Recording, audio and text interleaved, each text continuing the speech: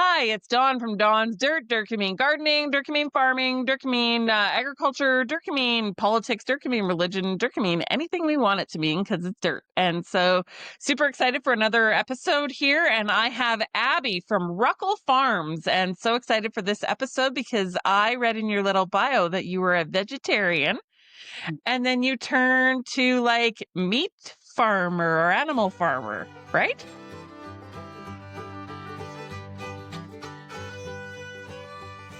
Absolutely. Yeah. Thank you for the opportunity to chat with you today. Yeah, thanks so much for being here. So let's just jump right into that. You were a vegetarian for a while, or for a few years, or a long time, or just tell us the story about vegetarian turned. Now you have animals. Tell us how that Yeah. happens. Yeah. So I became a vegetarian around 13 I've always been an animal lover, and that was certainly part of it, but it was also the misguided notion that it would help. It was at a time in my life where I got really interested in weight loss and was reading all the beauty magazines and all the things. And so I thought, well, that's a good diet for me to be on. And so I was a vegetarian for about 10 years. I started eating meat again in my early 20s, but without much conscious, like, as far as where it was coming from. And then soon after that, started to get really interested in where my food was coming from. And it just kind of took off from there. I was listening to Diana Rogers, and I remember her talking about how there is no deathless diet. And for me, that something really shifted in me, of that understanding of, like, if creatures are going to die for me to live, then I wanted to take accountability for that and actually eat what was going to nourish my body. And so I was living in Los Angeles at the time, and there's a lot of vegan and vegetarian options there. So decided, wanted to take accountability for my food choices. And so I started being really interested in where my food was coming from. And I started doing little farm tours and being more conscious about what I was buying at the grocery store. Soon after that, we moved to Northern California. We started a garden. We ended up with as many as 6 chickens, and then after that, the opportunity to come back to where I grew up, Salt Spring Island. I'm originally from Manitoba and around a lot of farming throughout my life, but I grew up on Salt Spring, did my schooling here, and my mom, in my last year of high school, had come to this farm. It's called Ruckle Heritage Farm. And my stepdad has now been here for about 35 years. My mom's been here since 99. And so the opportunity to come and join them here came up. And so after very different lifestyle in California, we came up and joined them here in very beginning of 2021. Okay, so you moved back to the farm. You went away to I mean, to me, California, I've never been to California, but to me, when I hear California, it all seems big city to me. Oh, and some agriculture. They've got a lot of agriculture down there. Definitely a lot of Yeah, definitely a lot of agriculture, and there were a lot of opportunities. And I think, living in Los Angeles, there was certainly a lot of uh, ability to seek out that food, as far as the options in the grocery store and that kind of thing. Uh, yeah, I mean, we came here, and we now we raise sheep, cattle, we milk a cow. I'm really big believer in raw milk. Then we have chickens, both for meat and eggs. Yes, love it. So for the viewer or for the listeners that are just listening, as she said, raw dairy, I lifted up my jar of goat milk here. So I will be drinking my goat milk as we have this podcast because I am a big believer in raw dairy as well. So sorry, I interrupted you this time. So keep going. Absolutely. Well, I mean, in California, it was great. We could access raw milk, and I started drinking it. Probably about nearly 15 years ago now, and even had trouble breastfeeding, and with my second son, I actually drank it through my pregnancies, which some people that don't know about that, I get pretty scandalized by that idea. But I was really confident in my source. I was getting it from Raw Farm, which was Organic Pastures, is now Raw Farm. And yeah, I was grateful for it, grateful for the nutrition, and super grateful that I came to the diet that I was eating. I was in Los Angeles, and as a person who admittedly has had a quite a bit of disordered eating throughout my life, I was teaching Pilates and I was, dabbling in all sorts of things, including veganism. And there was a nutritionist that I was teaching, and she kind of caught wind of this. And she said, whatever you do, don't have a vegan pregnancy. And honestly, it's one of the things I'm most grateful for because I was, yeah, eating raw butter and lots of meat and bone marrow and eggs and just all of this stuff that I know contributed to me having really healthy children, and including the raw milk. And I'm really grateful I could access it in California. And then unfortunately it's illegal to distribute in Canada, which I hope will change in time. But for us, that meant getting a cow. So Yeah. yeah, I milk right now. I'm milking twice a day and getting upwards of 4 gallons of milk to deal with. I love it. I love it. And yes, we are in Canada. I'm in Canada as well, and it's totally illegal here. I'm going to say something a little controversial. I actually hope that it doesn't get legalized in Canada. So this is for purely for my opinion and entertainment purposes only that I'm going to say this. My thought is if we get government to legalize it, then they'll also bureaucratize it. That's not a word. They'll put bureaucracy behind it, and they're going to make it tough for the small farmer again. And so, I know that there are some people who do. They figure ways around the block and around the rules, and I've been to Cuba a few times, so there's black market in Cuba, so that's just purely my Yeah. opinion. But yeah, and when I was Well, pregnant as well, so I've got babies, and when I was pregnant, I went to my grandfather's funeral, and we stayed in someone's home, and we were served milk because it always made me feel better in the morning. And ironically, it was a glass of raw dairy from the dairy farm that they probably shouldn't have served me, but I drank it up and I was like, this is good stuff. And that was 16 years ago. Like crazy. Do you remember the toilet paper wars of 2020? Are you worried about being prepared in an emergency? Are you tired of being a slave to the corporations we purchase from? It's time to take control. Become ungovernable. Take your food system into your own hands. Hi, I'm Dawn, a coach dedicated to helping you live like grandma used to. Self-reliant, resourceful, and prepared. Whether it's raising chickens, growing a garden, canning your own food, or even milking a cow, I'll teach you how to thrive and survive in the space you have, big or small.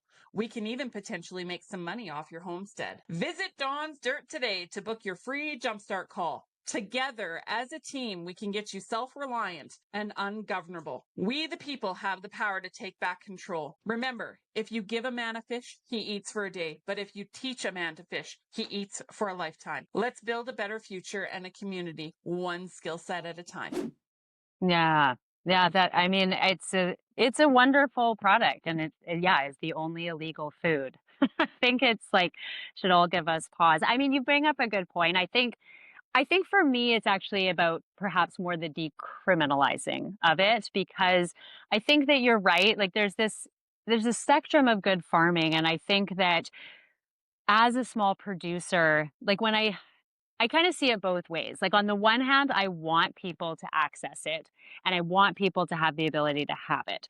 And so what I saw in California and what I've seen with those not large dairies but larger dairies, there's a lot more than the one cow, that they're doing good things, but it's almost like at this tier of cleanliness that I understand why they're doing that, but I also know that with the practices I'm doing, and back in the day when they were milking into wooden buckets that like couldn't be washed, that there's a lot of benefit to that. And so I think it depends to the degree that there's the distribution. And it's unfortunate that we are in a time where we can't really depend on common sense and people just doing the right thing.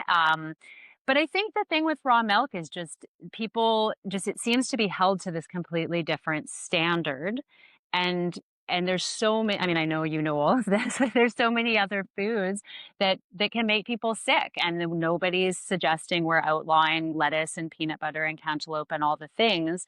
And so I always try to explain to people, like, I'm not saying raw milk can't get you sick, but I sure as heck am saying that it can make you healthy and it can benefit you in all of these ways that when we analyze that cost benefit analysis, for me, whatever risk there is, it's absolutely worth it. You're 100% correct. I didn't realize we were gonna talk on about raw dairy on this episode, but I love it. I love it. I love it. You know, I know for my daughters, I have 2 teenage daughters, and when they get into, like, grocery store dairy, their tummies hurt after a while. Like, they can't do it very well, but then they get some raw dairy, raw cow milk, and it kind of almost resets something in their stomachs, and then they can eat the cheese on the pizza again. You know, it's just kind of crazy that it just does something to them. And I know of 2 other children, and they would get really, really, really sick on any kind of dairy. They got any kind of dairy, they would totally get very sick. And that mother got some raw dairy, and those children now, if they get fed an ice cream cone someplace, they're not going to get as sick as they used to. So I don't know what that is. I'm not a scientist, but yeah, it's just insane to me that the government is outlawing something that seems so beneficial to us. Mhm. Yeah, I mean, I absolutely agree, and I think it's just really that all of the we've just been indoctrinated to believe, like, even as someone who's had it for 15 years, I sometimes find myself, like, kinda, like, worried about I don't know, like, I don't worry about it for me and my own family, but it's like when I'm encouraging other people to have it, I I don't know, I've kinda let go of a lot of that now, like, I've just been around it so much now, and I think it's just leading with that idea of, like, yeah, like, there's risk with all food that we eat, and, but yeah, I'm so thank my kids are not sick very often. When they are, they snap out of it pretty easily. Um, Good teeth, all it's like a lot of benefits. For sure. I just want to mention at this moment. So it's the sale and giving away of raw dairy in Canada that's illegal.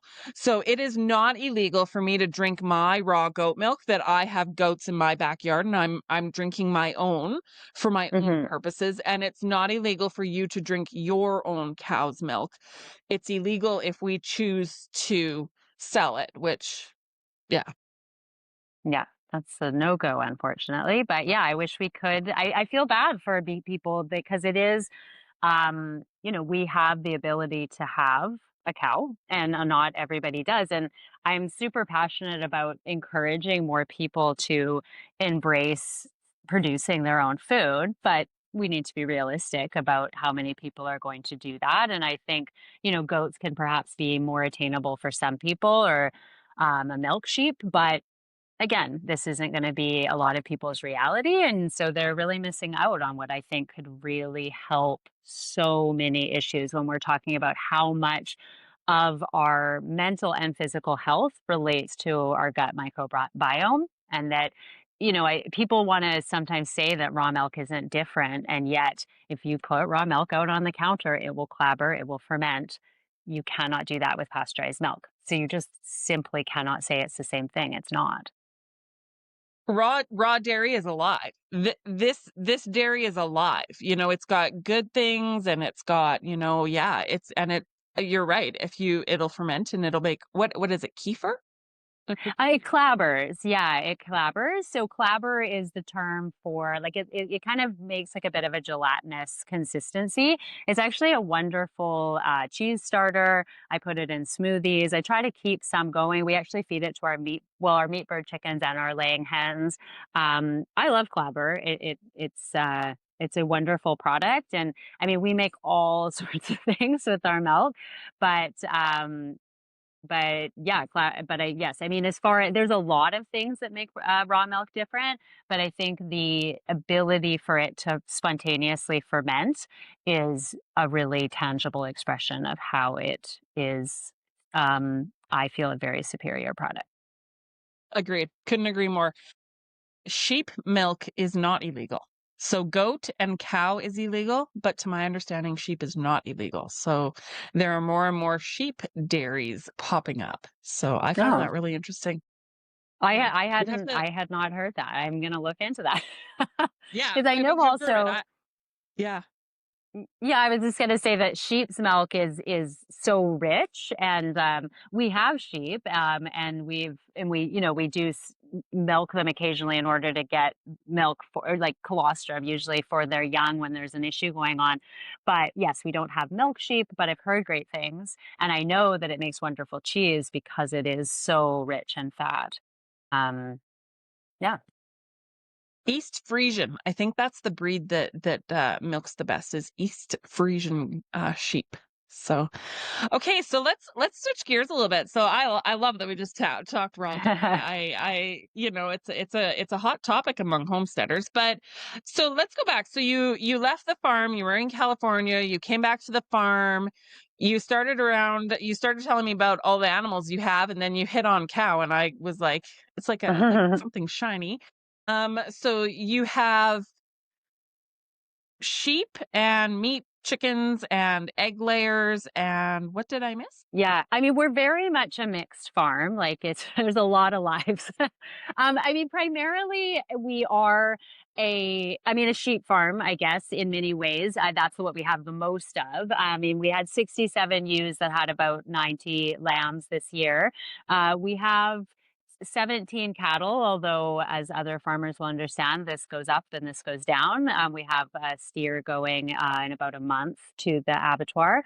And yeah, and then we have meat birds seasonally. We don't, I mean, the most we've raised in a summer is 100.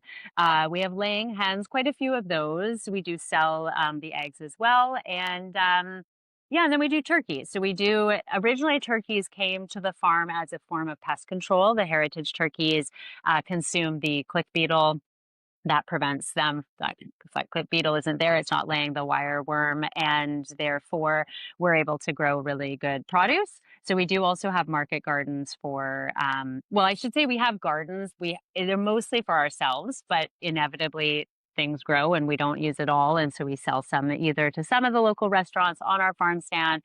And then we also do Nicholas white turkeys as well. So they're very free range and living the great life that a turkey deserves, but they are that quicker converter. And so therefore we can get them around the same time. We can get those chicks, and yeah, and they're ready for Canadian Thanksgiving at the beginning of October.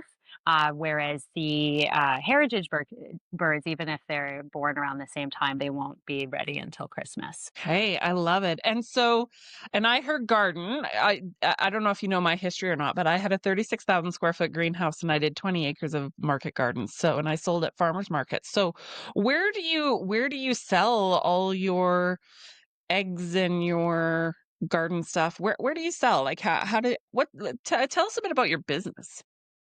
Yeah, yeah, and one thing to just clarify, like I came back to Salt Spring where I grew up, but I actually didn't grow up on this farm. So this farm lifestyle is new to me. However, I did grow up a lot around a lot of gardening, and my grandpa had cattle, and my dad raised, grew wheat and different things in Manitoba. But here on this farm, we're in within a provincial park. So Ruckle Heritage Farm is the nearly 200-acre farm within the 1,200-acre provincial park on Salt Spring Island. And so it's a little bit of a unique situation, and it means a lot of people come here, both to camp and just to hike and do things at the park. And so we have a very active farm stand, and that's where we do sell the majority of the produce. It's just kind of what the sort of extras. And then there's a health food store in town that sometimes buys the extra vegetables we have, a restaurant that we have a good relationship with, and then it's a couple of restaurants that we sell the majority of our meat to. However, we also do just sell to community members, and certainly like the turkeys at the holidays, that's just like on the phone with people in our community and having those sales. So yeah, I mean, we're thankful that it's not a real struggle to move our product. Thankfully, we're in a good situation that way. Although I do find that gardening, I mean, meat's got a little, you can put it in the freezer, right? And then the produce, sometimes it's like fast and furious. So, but I do try to preserve things for the winter months, and yeah, we're trying to do a lot here. We also do the accommodations, we do farm tours. So We're really filling our days. Okay, so you're in the agritourism business as well. So people come to, so I love hearing that, restaurants and farm stands and all of those things, but you have people come to your farm to learn about farming. Yeah, we do. I mean, definitely, we have people that just contact us and then people who also stay at our accommodations here on the farm. And yeah, it's a great opportunity to talk to people about farming. I'm really passionate about sustainable farming, both in the environmental sense and also for farmers to be able to support themselves. And it's yeah, I think I can be a bit of an obsessive person, and it's really what I've like uh chomped onto. And I really I'm just passionate about where our food comes from. And I think it's such an important thing. And so the more we can produce our own food is really meaningful to me, but also having those conversations with people and letting them really see that big picture of farming, because I feel like there's so many well-intentioned people who are being pushed towards eating a certain way or maybe avoiding animal source foods. And I used to think that too, and I understand the passion behind that, but farming here, you really do face where your food comes from, and it is challenging for me. Like, I think that's the thing. I know some farmers are more pragmatic about it. It's kind of like the way it is. I am a bit more outwardly emotional about it, but saying goodbye to animals that you have cared for, sometimes for years, is whether it's a quote unquote long or short time, is challenging. But for me, I just have come to understand that just because it's sad doesn't mean it's wrong. And it's really why I want to do this so much, is because I think it's really important that we move towards a food system that respects animals, treats them well, that they're well managed, both for the environment and for the animals, and that this benefits our own health just so greatly. So it's really important. And so it's wonderful with the farm tours to help people see that bigger picture and understand that you can love animals and choose to eat meat. And I actually think it's one of the best ways to express that love is to support those farmers. So those are the ones that are going to be able to continue and give those lives to animals. Yeah, absolutely. I hear you. Oh, as I'm looking out the window and all my chickens are out. We'll go deal with that in a few minutes. Yeah, so I couldn't agree with you more. It We I'm a proponent of we need more small farmers, and there is such a huge disconnect, and there's a lot of myths around what happens on a farm even, and a lot of rhetoric and a lot of, different information and a lot of disinformation really as well, around farming and agriculture and what happens to animals and things like that. And so I love that you're doing the educational piece, having people come. The disconnect back in the day, back 50, 100 years ago, you knew a farmer. Your grandma was a farmer, your uncle was a farmer, your dad was a farmer, someone in your life was a farmer. And now a lot of people in the city, I was selling I sell eggs and chicken at a farmer's market, and I had a woman walk up, and I brought a chicken in a little cage just for one day, little chicken in a cage. And she walks up and she says, "I've never seen a chicken before." And she must have been like in her 60s. And I'm like, wow, like it just shows the disconnect between agriculture and farm and our food system and the people, because our food system is not the grocery store. Our food system is the farmer. Like, without farmers, my vehicle says no farmers, no food, and there's so much truth behind that. And so I love that you do the educational piece. And so do you get city people come out, or who comes out to your farm? I would definitely like also. I mean, here on Salt Spring, like a lot of it is quite a naturey place, and there are quite a few farms, and so a lot of people on the islands, like yeah, they have that exposure, and although I think it's still you can have that exposure and still maybe not again have thought it through of all of the because you're right, like there is just I feel like we're pretty bombarded with that idea that it's either that it's wrong to eat meat or it's bad for the environment or it's bad for our health. Like gosh, that one's really really stuck around. But but yeah, definitely city people. I mean, a lot of people from Vancouver, Victoria, or elsewhere in Canada, or certainly into the States for sure. Like people come. Salt Spring is a great tourist destination, and so we do have. Yeah, I think it's the farm exposes a lot of people, and it is a very beautiful setting. I mean, it's a beautiful farm, and it's an enchanting place to be. And I think sometimes people are like, well, it's like that's like you're promoting this and people are just going to go and eat their factory farm meat and it's just like I don't think that we can like we need to still spread the message that this is possible. And I do also think that there's a spectrum of good farming and that there's a lot of even misunderstood things about just all aspects of farming, as you said, and that we just need to keep moving towards better practices within the context that people are. And I think also encouraging more people to get involved with producing their food and realize in whatever ways, small or large, that they can do that. Because as I learn more about our food system, I think it really comes down to local food is the only way to build a resilient food system. And now that word local is going to, mean relative things depending on where you are. But I think the more that we can understand where our food comes from, it's also going to help people actually.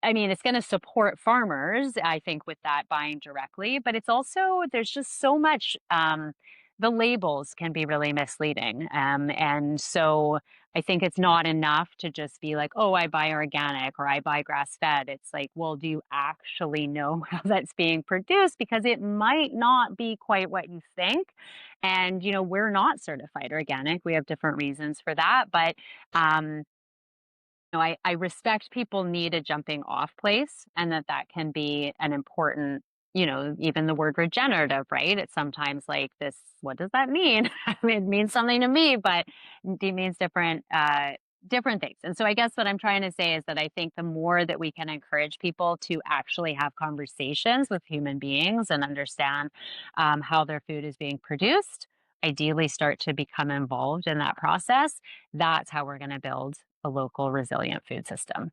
Preach it, preach it. I agree with you 10,000%. When I had my farm, people would say, "Are you organic?" And I'd say no, and I would explain what I did. I was a hydroponic greenhouse. So here in Canada, that's not organic. And then I use my wastewater on my field crops. So then, that's not organic. But as far as herbicide, fungicide, and insecticide goes, I used organic methods.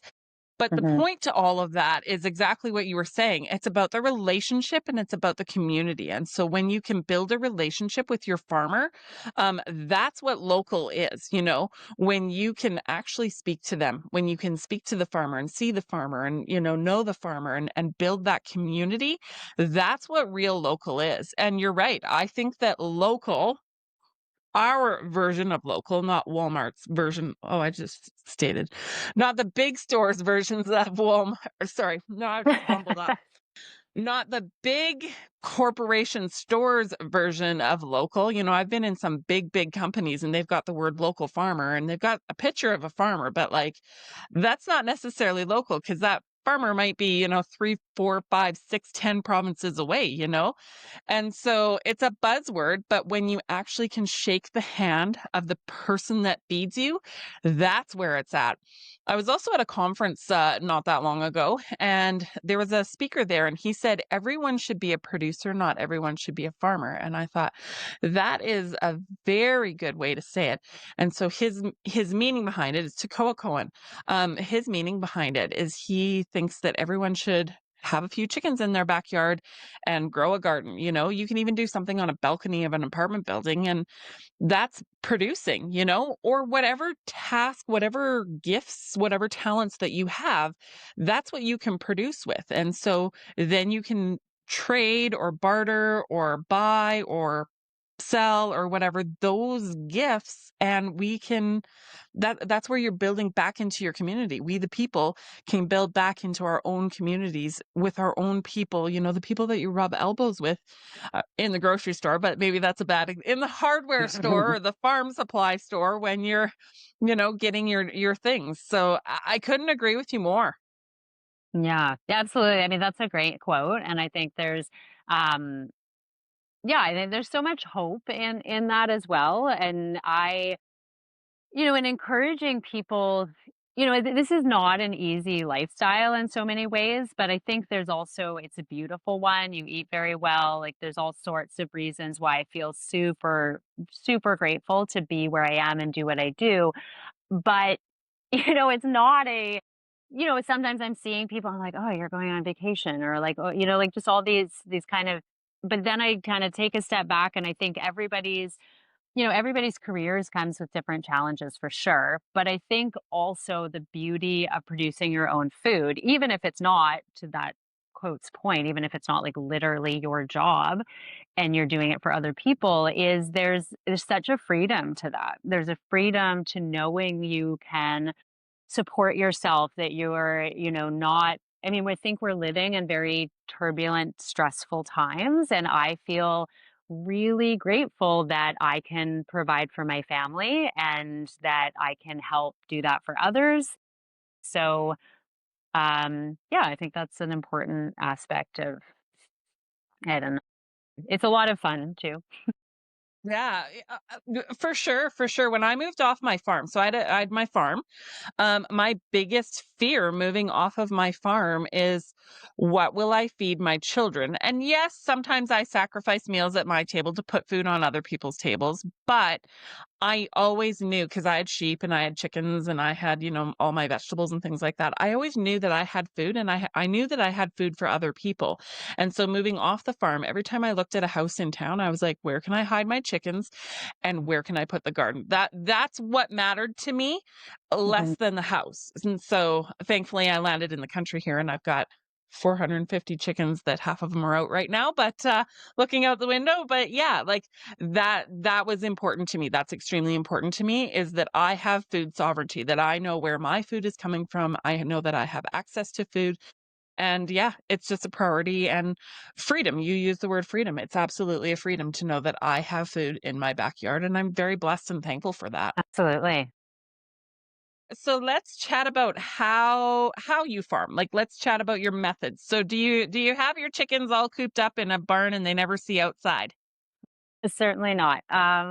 I we so I mean, this farm has been here for over 150 years. And so the chicken coop we are using is quite old and I think is an example of what chickens do to the surrounding area. It's my goal to have more of a movable pastured laying hen program, but they certainly have plenty of outdoor access. They get a lot of food scraps, they have a lot of room. Um, it's a good life for a chicken here at Ruckle. Now the meat birds, they are pastured. We're moving them around my backyard actually, and I've absolutely loved that. I mean, it is one more job for the day, but we figured it out so it's pretty efficient, and I just love seeing them out on new grass. Like that to me is just I mean, farming, yeah, like I very much consider myself a grass farmer and I'm pretty obsessed with with grass and forage and I want I think it's again, I mean for the meat bird chickens, like they're such messy little creatures because they're such, they're converting so quickly. They're pooping and eating and pooping and eating and so it just would be it's so much bedding if they're in an indoor situation. And then, yeah, just knowing that I feel like it ebbs and flows with how much they forage, but you see them nibbling away at things and they're also out, they're outside. I mean, they're in a structure, but it's just enough to really have shade. It's not like they're indoors in the way that so many chickens are raised. And Yeah, so I think that it's that I really liked that system, and we're able to, I think again, meat bird chickens are such a great thing for people to consider doing, whether that's heritage breeds or that Cornish cross, because even a heritage chicken is gonna be ready for butcher by about 12 weeks. A Cornish cross maybe in as little as 6, and so you're talking a very finite amount of time. Because I think in a lot of ways. Like when I went back to Manitoba to for my grandpa's funeral, and you're just it's like land as far as the eye can see, and just there's so many like big farms now, and like these communities that just aren't thriving the way they once were, and I just was like, where are all the animals? Because it's Well, just so what much happened? grain farming, and my mom's friend was kind of pointing out that Where'd you people go? don't want to be there all winter. Hey friends, on Dawn's Dirt, we get real about growing food, farming, homesteading, living free, and digging into the stuff that actually matters. If you're loving the dirt we're dishing out, don't forget to like, subscribe, and follow on your favorite social media platforms. That's how we keep growing this community of badass, soil covered, chicken loving, freedom chasing humans. Like and subscribe to me on Instagram, YouTube, Spotify, Apple Podcasts, you name it. Come be part of the movement. So, you've got your chickens inside big pens. So let's chat about your eggs. So you've got them in a big barn with, I'm assuming, a huge pen for them to go into, and they get the scraps. So are your yolks orange? Yeah, we do have very bright for sure. Yeah, it's actually it's like a large building, and then we do let them out just into the open air, like just outside, for most of the day. And yeah, but they're beautiful, and I think it's when again that once you kind of once you see that beautiful yolk and experience that, I think it's really hard to go back. I mean, I don't even I guess probably a restaurant was the last time I had a not, egg from my farm. Yeah, Yeah. absolutely. I get customers all the time because I'm selling eggs, and I've sold eggs, even when I had my vegetable farm. I had 299 chickens laying hens on my farm. And yeah, it's once you've had the farm fresh egg, and people always think it's the shell color because I've got brown eggs. It's not, it's got nothing to do with the shell color and everything to do with what you feed them. And so if they're eating the bugs and the scraps and the vegetables and the this and the that, your yolks are going to be orange. Whereas, when they're getting just feed in a barn, and they see they're not, then that's where you get that pale yellow yolk. And so it's all in what you feed them. And Hmm. people they want those orange yolks, they want that farm fresh egg, and they want those orange yolks. Absolutely. Yeah. And I think for so many people, like it is like when you think about chickens and what it costs to raise them, it's like, but you're getting a superior product, and then there's so much fertility there. I think for people who want to garden, it's such an amazing way to, rather than just like composting your food scraps, you're running them through the chicken, like they're composting it for you and creating such a more nutrient fertilizer, and then you're getting all those benefits, and then you get those eggs too, and then we do call all our older hens and turn them into food as well. So I think it's just really, yeah, accepting that circle of life, and they're, yeah, wonderful little creature. Yeah, absolutely. And it's the system. It's the surrounding system. So your manure goes with the garden. Well, first you compost it down because you have to compost it down. You don't want it too hot. Then you put Mhm. it on the garden. Then you're growing the vegetables, and then your veggie scraps go back to the chickens, and then you can add sheep and goats and cows and all of the whole thing into the whole mix. And that's really what regenerative is to me, is that you've got a full picture system on your small farm. Yeah, absolutely. And I think it really comes back to animals and the need for animals in our food system. And I think the more that we can, accept that, then the better off we are. And I think that it's not our morality that I think should compel us to not eat animals. It's our morality that should compel us to care how creatures are treated. And all of the animals on this farm, they're able to exhibit their natural behaviors. They're able to, be outside and eat a wonderful diet. And then when their time comes, they're given a quick, low stress death free of suffering. And I think that's really what matters. For sure. One bad day. One bad day. That's it. And they don't even know what's coming, right? Like, Hmm. yeah. Yeah, that's the way to do it. So, thank you so much for being on the show today. I have thoroughly enjoyed this conversation. You're amazing. So, where can people find you? Yeah, well, thank you for the opportunity. It's been fun to talk with you as well. I am on Instagram and Abby on the farm, and it's Abey on the farm. And then we also have our Ruckle, Ruckle farm, Ruckle Farm. And I'm also on TikTok on the Abby on the farm. And I do have a book coming out this fall. It's called Radical Farm Animals, Food, and Our Future. And so I will have a website for that. But if you follow me on social media, then you'll get lots of updates on that. But and then the farm has the Ruckle Heritage Farm.com, and people can certainly sign up for our newsletter there and get updates on the book, which I'm really excited to share with people. I love it. That's so exciting. You're writing a book. I love that. I love that. So we should have you back on the show after the book comes out, and you can chat about how it's been to talk about your farming adventure in a book, and where people can find that there. Yeah, I love that opportunity. Thank you.